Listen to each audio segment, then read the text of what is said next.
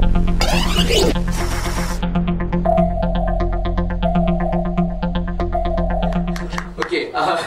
sesi tanya jawab ini tidak akan lengkap tanpa sesi soal jawab daripada para hadirin yang ditujukan kepada Datuk Seri, tetamu terhormat kami. Dan sekarang adalah waktunya kami membuka sesi soal jawab ini kepada anda semua untuk bertanyakan soalan-soalan untuk ditujukan kepada tetamu terhormat kami pada hari ini. Kalau ada siapa yang mempunyai soalan, boleh angkat tangan dan kami akan sampaikan mic dan anda boleh tanya soalan.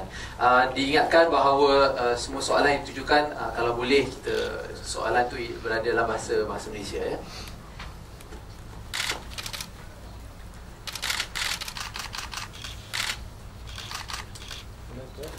Ada satu. Oh okey. Satu sana, kemudian kita ada di sini. Assalamualaikum Datuk Seri. Saya Husni bin Aziz daripada kami. Saya nak tanya bab kemiskinan Bumiputera. Pada 2009 tak silap saya berada pada 5.3%. Dan yang terbaru sekali 0.8%. Jadi saya nampak macam pengurangan yang sangat ketara. Jadi dibandingkan dengan penerima BRIM, Bumiputera orang Melayu yang paling banyak. Jadi saya nak tahu bagaimana kerajaan menggunakan data-data untuk mengatakan bahawa orang Melayu miskin ni dah sampai dekat dengan bangsa Cina dah, kalau kita ikut 0.8, 0.6. Jadi kalau kita tengok sekarang ni dengan mata kasar kita, saya rasa orang Melayu bandar sangat miskin. Sekian. Terima kasih Saudara Husni.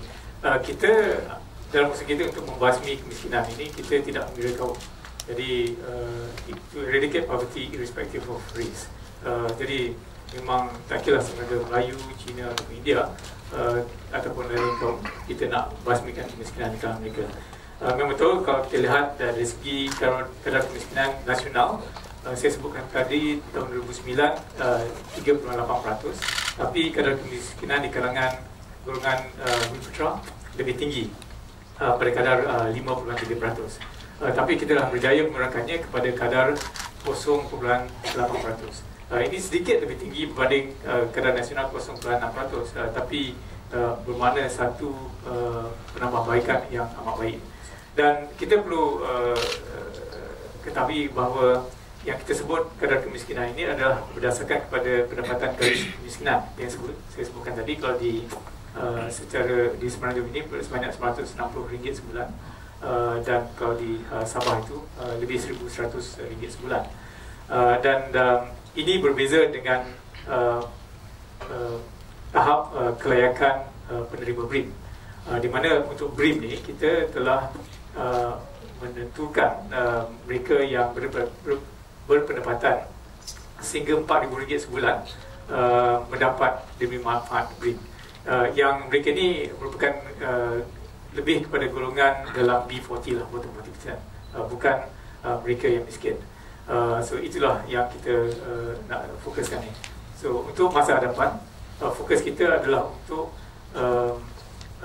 meningkatkan pendapatan keluarga B40 ini supaya mereka mendapat peningkatan yang lebih baik, dan ini akan dilaksanakan melalui peningkatan kemahiran melalui TVET dan juga peningkatan kepada peluang-peluang perniagaan. Kita banyak program-program, kita nak pastikan ia akan menjadi lebih berkesan. Jadi bukan sahaja kita nak semua rakyat Malaysia ini dapat pendapatan yang lebih daripada pekerjaan, tapi kalau boleh lebih ramai lagi menceburi bidang perniagaan.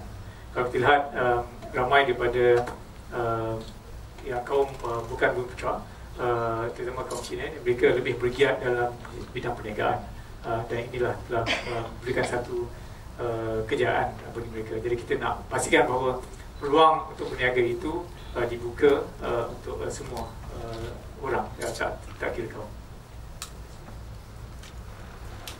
Ada soalan di sini.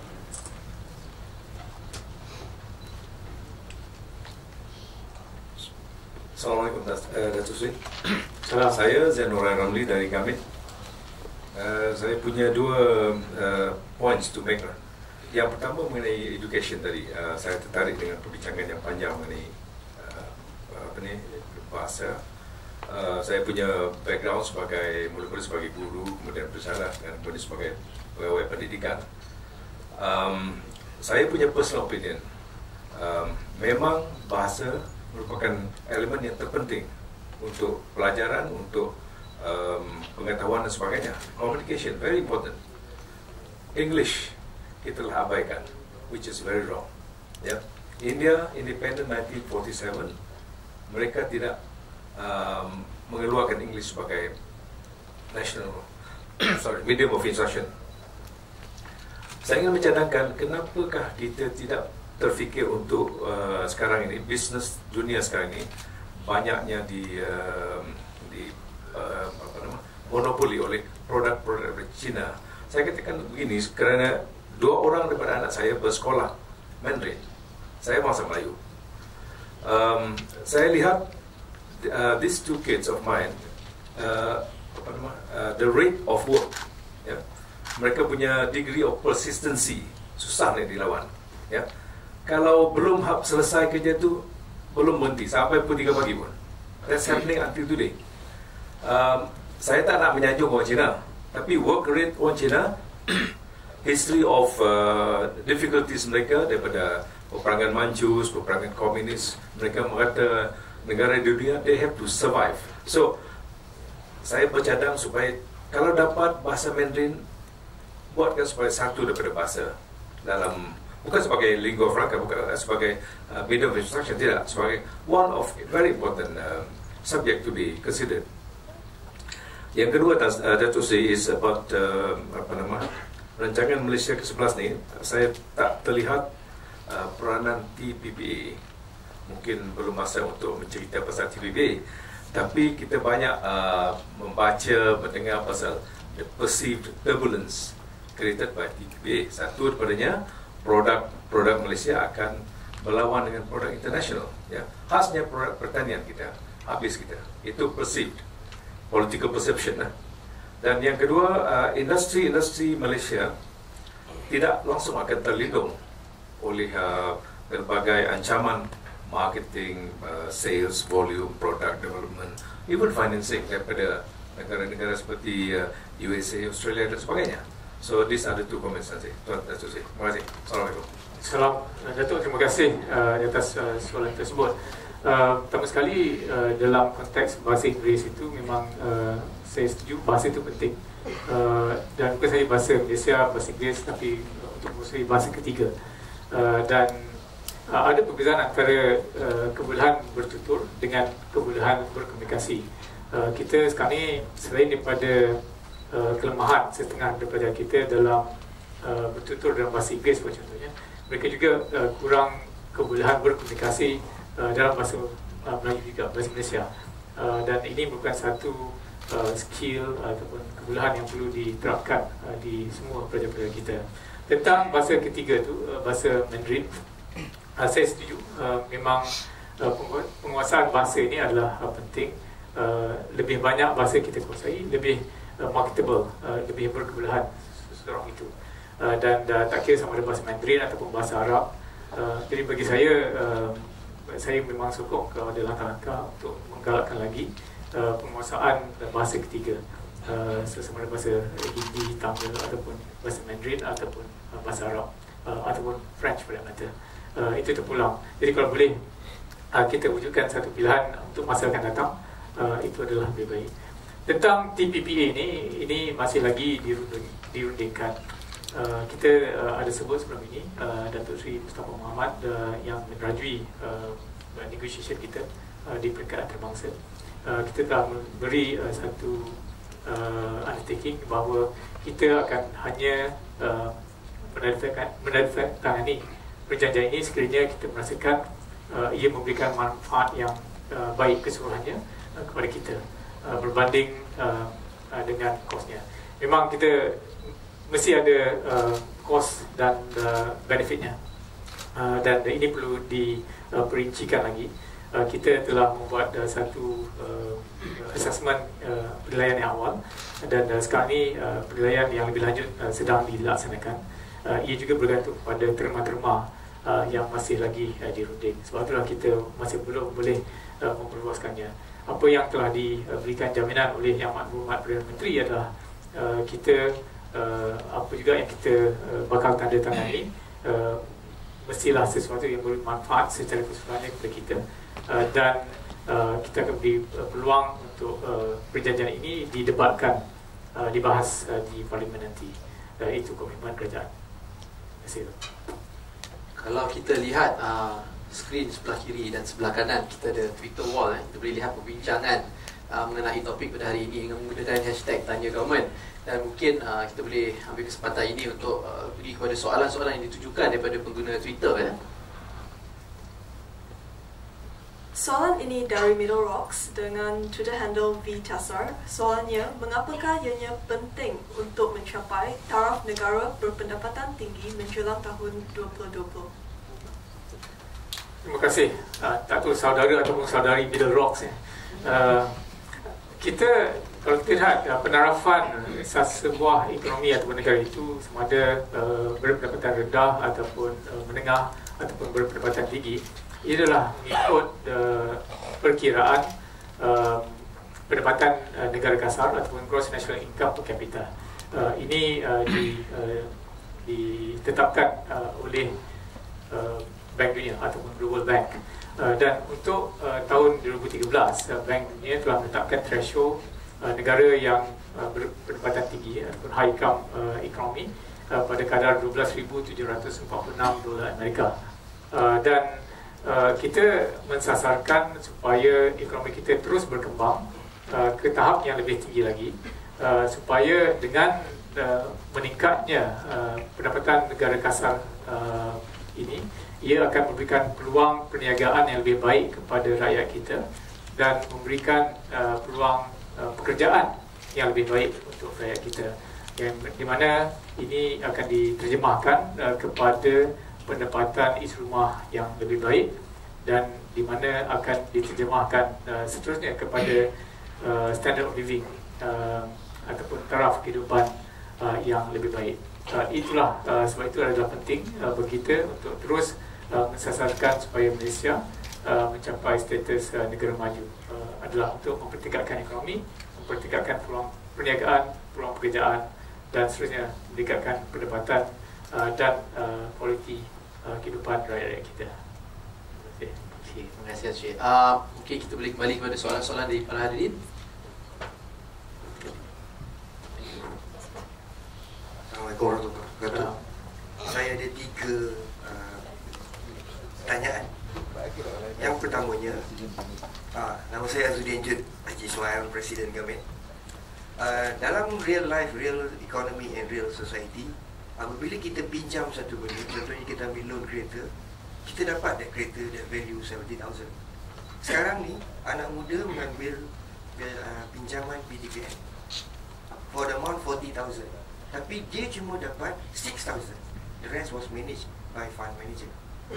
Mungkin agak sukar untuk mengubah dasar dan polisi yang sedia ada, tapi adalah tidak wajar bagi penjamin apabila belajar to fail, dia kena tanggung 36,000. Walhal dalam high purchase, dia dapat that solid asset. Saya mencadangkan bagi anchoring the people growth in economy, kita ada 36% tanah guna pakai, tanah terbiar lebih kurang 200,000 hektar, tanah wakaf. Dibenarkan anak muda ni, dia letak satu fund manager. Semasa dia belajar, fund manager run projek pertanian, because kita punya per capita dalam economic of agriculture is only 70%. Kita banyak import makanan, so kita ada banyak agensi yang boleh capitalize on the underutilized wealth. Dan budak ni juga dibenarkan melabur daripada dia take risk. So the fund manager tadi ambil untung, I pun boleh jadi PTPN. Okay. Yang kedua, bagi melonjak ke negara maju, saya nak mencadangkan we have to be on knowledge based society. We need to have a well informed society. Malaysia adalah antara negara yang golongan kelas menengahnya amat lemah sebagai change agent. So kita banyak buat tak ambil tahu. So dalam hal ini, saya mencadangkan dilupuskan lesen kereta, kerana kompetisi itu tak hilang. I tak akan lupa bawa kereta. Macam I tak lupa bawa basikal. Kalau you renew lesen kereta, baik I buat satu company, suggest pada kerajaan, renew diploma, renew degree, renew master, renew PhD. So, Ministry of Transport should take ada income, tapi kompetisi biarkan. Kekalkan, maknanya kita knowledge. Dan juga pada penjawat awam, contohnya polis, dia ada misai, garap, allowance RM50. Dia pandai cakap Tamil, allowance RM50. Dia pandai karate, allowance RM50. So, we will grow under knowledge base and competition base. Semasa juga macam kita nak go on kawasan 2020, kita dah merdeka 57 tahun, tapi buku sifir kita masih lagi sifir 12. Saya latih anak saya sifir 20.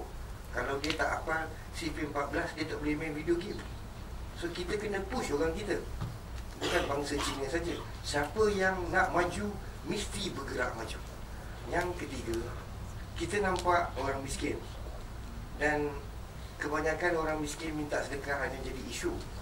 So kita ada dana daripada Baitulmal dan zakat. Saya mencadangkan apabila zakat keluar 1 bilion, gangguan top up lagi 1 bilion. Kita latih orang-orang miskin ini. Kita latih penagih dadah. Kita latih banduan. Banduan yang pandai hafiz Quran, kita bagi syarat pengampunan daripada Raja-Raja Melayu dicepatkan. Penagih dadah yang hafiz Quran. Because bila kita rosak jiwa, nak betul dengan iman, soul. You letak disiplin, jiwa rosak, you jahat juga. Otak pandai tapi jiwa rosak, dia tahu. Okay. So kita kena betulkan capacity building kita. Jadi saya cadang approach kita untuk hardcore orang-orang yang terbiar ni, beri satu aktiviti pembangkitan ekonomi, yang mana maintenance rumah ibadat beri pada dia. Because charity ada. Sekarang ni dia nak tidur tempat rumah ibadat, kita tahu. Okey. Okey, kita jawapan daripada Oh, Saudara Azudin, mungkin banyak yang disebutkan tadi merupakan saranan-saranan yang kita ambil maklum lah, dan kita boleh kaji dari segi keberkesanannya. Cuma saya nak komen dari segi yang disebutkan tentang lesen kereta. Adalah penting untuk kita memastikan bahawa lesen ini diperbarui, untuk memastikan bahawa sekiranya mereka ada kesalahan-kesalahan yang mereka buat, mereka perlu mengambilkannya. Dan kalau itu kan banyak negara-negara lain juga, dari segi apabila ada wujudnya kesalahan trafik dan dia ada demerit system dan boleh menyebabkan lesen tersebut digantung, dan ini terpulanglah kepada agensi masing-masing. Dalam konsep professional qualification juga, kita walaupun kita dah acquire knowledge itu, ada penting supaya kita updatekan knowledge kita. Sebab itulah macam accountant ke ataupun lawyer, kita ada CPD, Continuous Professional Development, untuk memastikan bahawa accountant ini tidak saja duduk diam, tetapi mereka juga menyertai kursus-kursus ataupun mengambil bahagian dalam kegiatan-kegiatan yang membantu meningkatkan ataupun mengekalkan tahap profesionalisme mereka. Terima kasih. Kita boleh mengambil soalan, kita kumpul maybe 2 atau 3 soalan dan kita tujukan kepada Datuk Seri.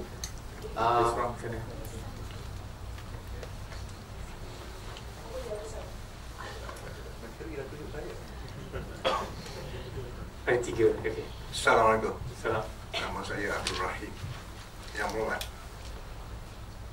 kita bersama dengan Yang Berhormat dalam tajuk yang besar, Rancangan Malaysia. Tentulah nak membangunkan ekonomi negara. Saya ada beberapa soalan mengenai KLIA, kemudian yang terbaru high speed train. Minta maaf kalau yang saya ni kadang excited sikit, ni cakap mungkin soalan saya ni panjang sikit.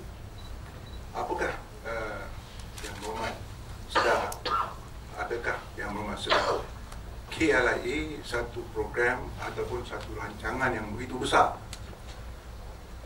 Yang saya maklum, KLIA dibuat bukan nak mengatasi Singapura, tetapi tujuannya ialah untuk membangunkan satu airport yang paling canggih, yang besar, sesuai dengan Malaysia, supaya semua kapal terbang international flight ini boleh datang ke Kuala Lumpur, KLIA, kerana Singapura tak boleh membesar. Jadi dari segi RMK-nya dulu, KLIA akan mengatasi Singapura dan membawa banyak keuntungan kepada negara. Soalan saya, apakah cadangan high speed train itu sudah dibuat kaji selidik yang sebenarnya, atau government adopt, minta maaf saya gunakan perkataan adopt, cadangan oleh YTL? Itu soalan tu besar tu. Saya suka Kalau boleh kita hadkan satu soalan seorang lah supaya orang lain tu ya betul. Soalan, apakah rugi atau untungnya apabila high speed train ini dari Singapura yang sekangkang ke nak datang ke Kuala Lumpur, apa jadi dengan KLIA nanti? That's my question. Tapi kalau macam saudara yang lain boleh mencadang, saya nak minta kerajaan tangguh dululah high speed train ni, kita buat kajian yang sebenarnya. Thank you. Okay, terima kasih. Soalan yang kedua. Assalamualaikum Datuk Seri. Saya daripada industri kreatif.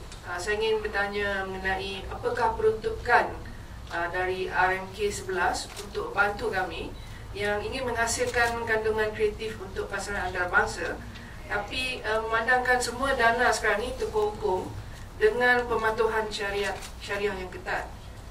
Untuk kandungan filem, TV dan internet, kami daripada industri ini, syarikat kami dianggap tidak patuh syariah. Jadi akses kepada funding itu tersekat. Perkara ini dah kami timbulkan tahun lepas kepada EPU dalam sesi perbincangan juga. Tapi saya tengok di sini dalam RK11 tidak ada sebutan untuk even secara quick win pun kami sekarang ni tersekat untuk mencari akses itu kepada funding dari bank. Untuk pengetahuan Datuk Seri, hanya 2 bank yang friendly kepada industri kreatif lah, itu BSN dan juga SME Bank. BSN tidak lagi memberi pinjaman dan SME Bank sekarang ini 100% patuh syariah. Terima kasih. Okey, terima kasih. Satu lagi soalan. Terima kasih. Nama saya Lal Chan. Saya dah hantar soalan kepada Datuk Seri melalui email, tetapi mungkin soalan itu tidak sesuai untuk dijawab dalam masa ini. Ada 2 perkara yang saya nak sebut. Satu, konflik di antara persepsi dan realiti. Kadar kemiskinan memang telah dikurangkan pada kurang dari 1%. Itu adalah kejayaan negara yang agak bagus. Tetapi lebih kurang 60% household dalam negara ini perlu dibantu melalui BRIM. Ini bermakna mereka tidak mampu hidup secara selesa dengan pendapatan walaupun RM3,000 atau RM4,000 sebulan. Dengan demikian, saya anggap garis kemiskinan mungkin adalah tidak wajar, sangat kurang dan tidak tepat yang sebagai benchmark untuk negara ini. Nombor 2, tenaga. Saya berminat kecekapan tenaga kerana saya bekas TNB, tetapi ada beberapa perkara berlaku dalam keadaan membekalkan tenaga yang perlu disoal. Nombor 1, planning dan rancangan nampaknya sebagai supply side saja, bukan dengan demand side.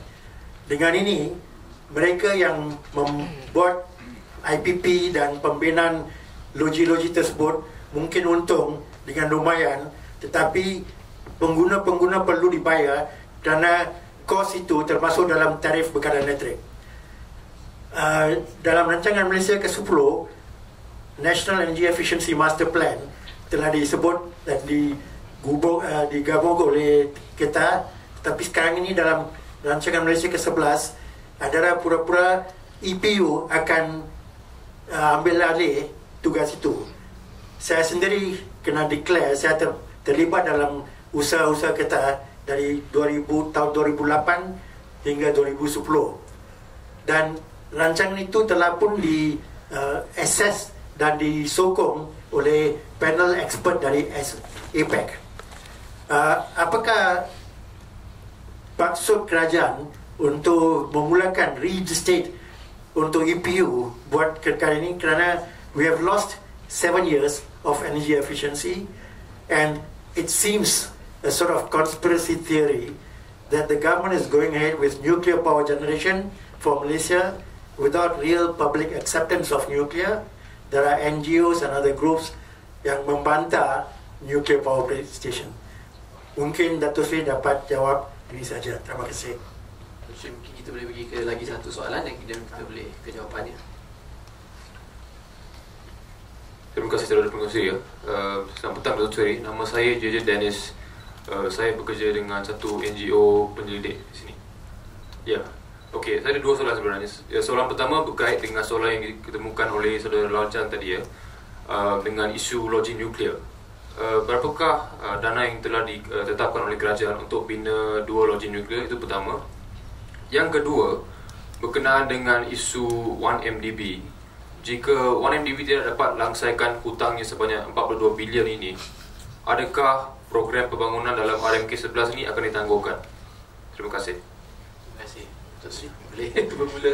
Okey, terima kasih. Pertama sekali tentang soalan daripada Datuk Rahim tentang HSR dan impaknya kepada KLIA. High Speed Rail ini merupakan satu inisiatif yang telah dibincangkan, dibuat kajian beberapa tahun, sejak tahun 2009 kalau tak silap saya, dan banyak kajian telah dilaksanakan. Dan berdasarkan daripada kajian terkini yang saya lihat pada tahun 2013, adalah jelas bahawa manfaatnya adalah baik untuk kedua-dua negara, maknanya Singapura dan juga Malaysia. Dan dia akan banyak membantu meningkatkan konektiviti dan seterusnya, peningkatan ekonomi kita.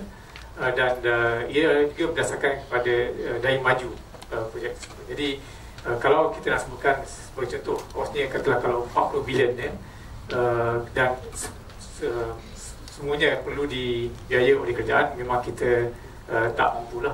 Maknanya mungkin tidak wajar untuk kita membelanjakan 40 juta untuk projek ini berbanding dengan projek-projek lain. Tapi kalau kita lihat dari segi kebelahannya, menjana pendapatan, mungkin gapnya cuma 20% daripada jumlah 40 bilion ringgit itu. Ini bermakna mungkin viable.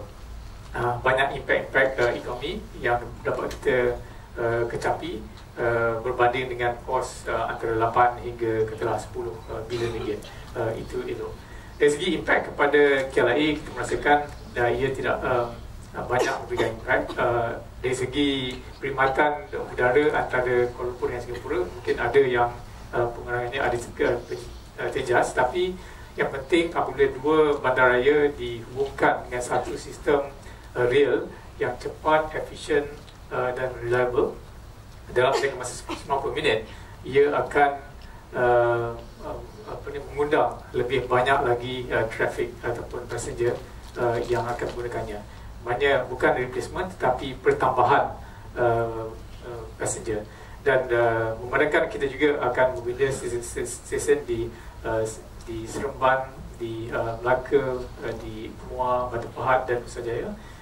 Ia juga boleh digunakan untuk generate domestic traffic ataupun perkhidmatan transit. Dan bagi kita, berdasarkan kepada kajian yang telah kita buat, memang impact kepada ekonomi amat baik. Sekarang ni sedang kita rundingkan dengan Singapura tentang terma-termanya. So, yang kita nak pastikan adalah ia bakal menguntungkan negara kita. Soalan kedua daripada Datuk Syamil Baba, ini spesifik kepada industri creative content. Dari segi peruntukan, khusus saya tidak dapat menjawabnya pada sekarang ini. Banyak peruntukan yang kita akan buat ini.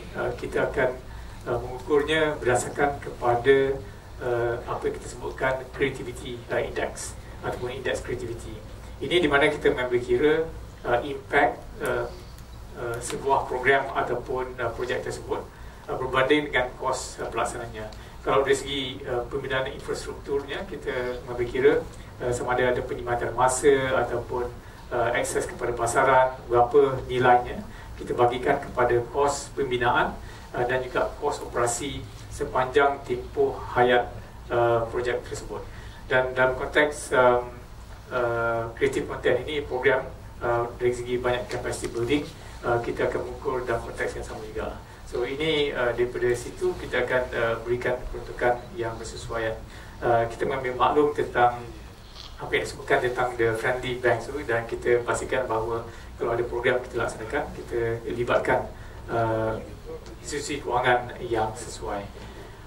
Untuk soalan yang dikemukakan oleh Encik Lacan tadi tentang BRIM, kita perlu sedar bahawa sebenarnya yang kadar ditetapkan RM4,000 itu untuk pendapatan maksimum untuk mendapatkan BRIM itu tidak sama dengan pendapatan garis kemiskinan. Mereka yang berpendapatan RM4,000 ini merupakan mereka yang boleh hidup selesa, tetapi ada beberapa perkara yang mungkin perlu dibantu. Yang kita berikan BRIM sebenarnya adalah bantuan sementara sebelum pendapatan mereka dipertingkatkan lagi melalui kemahiran yang lebih, peluang pekerjaan yang lebih, dan juga peluang pekerjaan yang lebih baik. Dan ini juga berkait rapat dengan peralihan subsidi kita daripada subsidi yang secara broad based subsidi kepada more targeted subsidi. Dan sebagai contoh, kalau dulu kita ada subsidi minyak dan kita dah tak wujudkannya, jadi sebab itulah kita dapat penjabatan tersebut dan kita boleh memberikan lebih dalam konteks BRIM ini. Dan ini berbeza dengan pendapatan garis kemiskinan yang saya sebutkan tadi berdasarkan kepada piawai antarabangsa. Dan untuk jangka masa hadapan kita akan menggunakan multi dimensional poverty index untuk menentukan mana golongan-golongan yang lebih memerlukan bantuan. Yang lain-lain isu berkaitan dengan planning, saya setuju tentang apa yang disebutkan, kita perlu mengambil kira demand side management dan tidak semata-mata bergantung kepada supply side. Dan ini diambil kira dalam perancangan kita. Dan memang kita nak mengurangkan kebergantungan kita terhadap fossil fuel dan mengurangkan kadar pengeluaran gas ataupun carbon emission. Itu komitmen kita yang kita masukkan dalam RPK 11. Yang disebutkan tentang nuklear itu masih awal lagi, masih banyak kajian yang perlu dilaksanakan. Kita belum buat apa-apa keputusan buat masa ini, dan kita mengambil kira tentang terdapatnya pandangan bahawa dari segi green nature of nuclear power ini, dia memberikan satu kedudukan yang lebih sustainable untuk jangka masa panjang. Tetapi bagi saya ini perlu banyak lagi kajian yang perlu dilaksanakan. Jadi untuk Saudara Daniel dan juga Encik Lacan, itulah kita punya kedudukan sekarang ini, masih lagi di peringkat kajian. Yang terakhir tentang 1MDB yang disebutkan tadi, sebenarnya 1MDB ini garanti ataupun jaminan yang diberikan oleh kerajaan ada kepada beberapa yang 5 juta dan lainnya. Memang kita telah memberikan banyak tumpuan untuk memastikan bahawa 1MDB ini boleh berdaya maju, dan fokus utama mereka adalah untuk melaksanakan program mengurangkan beban hutang mereka. Sebab pada kadar 42 bilion yang disebutkan tadi, memang adalah satu beban hutang yang tinggi, dan kalau perlu diservis pada kadar antara 2.4 bilion ringgit lebih kurang yang telah disebutkan oleh Yang Berhormat Datuk Seri Ahmad Husni, itu merupakan satu angka yang tidak sustainable. Dan sebab itulah yang 1MDB, pihak pengurusan dan pengarahnya telah pun mengadakan program untuk pemilihan ataupun untuk memperbaiki kedudukan mereka dengan menjual beberapa aset dan mengurangkan kadar hutang mereka. Dan ini telah pun dijelaskan oleh Yang Berhormat Menteri Kewangan kedua, dan itu bukan lebih kira daripada laporan tersebut. Jadi terima kasih di atas semua soalan-soalan yang telah diberikan. Saudara Rezan, kalau boleh saya nak membuat sedikit appeal, request kepada rakan-rakan semua yang ada di sini. Saya nak minta agar kita semua bersama-sama menjayakan rancangan Malaysia ke-11 ini. Memang saya sebutkan tadi, kita sengaja membuat sasaran yang tinggi, ataupun dalam konteks korporat kita panggil stretch targets, supaya kita boleh berusaha bersungguh-sungguh untuk mencapainya. Kita membuat satu dokumen ini yang mana kita memberikan polisi dan strategi yang secara banyak perincian-perinciannya yang perlu dilaksanakan. Sebagai contoh, kita ada banyak menekankan kepada peningkatan produktiviti. Kita cuma bagi contoh, ada 6 contoh dalam ni: tenaga nasional, KPG, harta lega dan sebagainya, untuk membolehkan sektor swasta mengambil kira contoh tersebut dan mewujudkan satu blueprint untuk syarikat masing-masing, supaya kita sama-sama dapat mempertingkatkan produktiviti, meningkatkan inovasi dan mengurangkan kebergantungan kita kepada buruh asing. Ini adalah penting untuk kita. Dan untuk itu saya rasa kalau kita semua fokus kepada peranan kita masing-masing, insya-Allah kita boleh capai sasaran kita. Dan satu lagi, saya nak mohon agar dalam konteks kita banyak memainkan peranan dalam media sosial, dan saya lihat rata-rata kebelakangan ini banyak kita semua memang terlalu mudah untuk menyebarkan berita-berita buruk tanpa usul periksa, dan ini adalah ini adalah salah dan tidak beretika.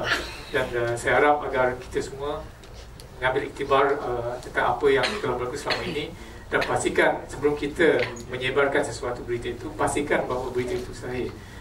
Ini termasuklah macam semalam banyak telah tersebar video tentang satu pernikahan orang Islam yang disebut mengikut dia punya vow-nya secara macam Kristian, dan telah banyak fitnah-fitnah dikemukakan tanpa usul periksa, yang sebenarnya mereka ini merupakan seorang pasangan Islam di Melbourne, di Australia, yang setelah mereka diijab kabulkan secara Islam, mereka perlu membuat vow itu ataupun aku janji menurut keperluan sivil di Australia. Dan ini sebenarnya tidak bercanggah dengan ajaran agama Islam, tapi bayangkan betapa fitnah dosa yang kita dah buat dengan menyebarkan perkara ini tanpa usul periksa. Begitu juga dengan banyak cerita-cerita dongeng dan cerita-cerita salah yang telah disebarkan tanpa usul periksa. Jadi waktu itu saya nak menyeru kepada kita semua agar bersikap lebih bertanggungjawab, dan sama-sama kita bersikap lebih membina. Dalam dunia ini memang banyak cabaran, Saudara Zan, memang banyak cabarannya di peringkat global dan di peringkat domestik. Banyak perkara-perkara terkini yang banyak memisahkan kita. Adalah kita penting supaya kita fokuskan effort kita untuk perkara-perkara yang menyatukan kita. Kalau ada berita-berita yang terpencil itu yang tidak baik, janganlah diwar-warkan seolah-olahnya ia menjadi satu isu yang terlalu besar, sebab ini tidak konstruktif. Bagi saya, kalau boleh kita memainkan peranan kita semua, be konstruktif, be truthful to ourselves, insyaAllah, dan kita tumpukan usaha kita untuk membangunkan negara dan menjayakan rancangan Malaysia ke-11 ini. Terima kasih. Terima kasih.